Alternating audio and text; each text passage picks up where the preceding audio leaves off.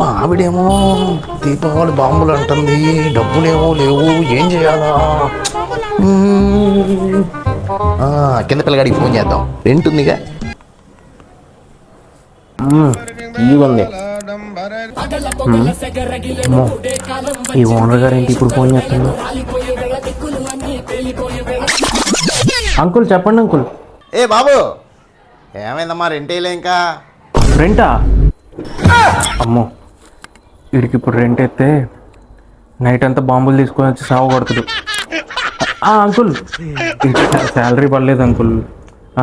రేపు కానీ ఎల్లుండి కానీ వేస్తాం అంకుల్. అదేంటి? లేదమ్మా లేదమ్మా లేదమ్మా, నాకు ఇలా బాంబులు కొనుక్కోవాలమ్మా సాయంత్రం.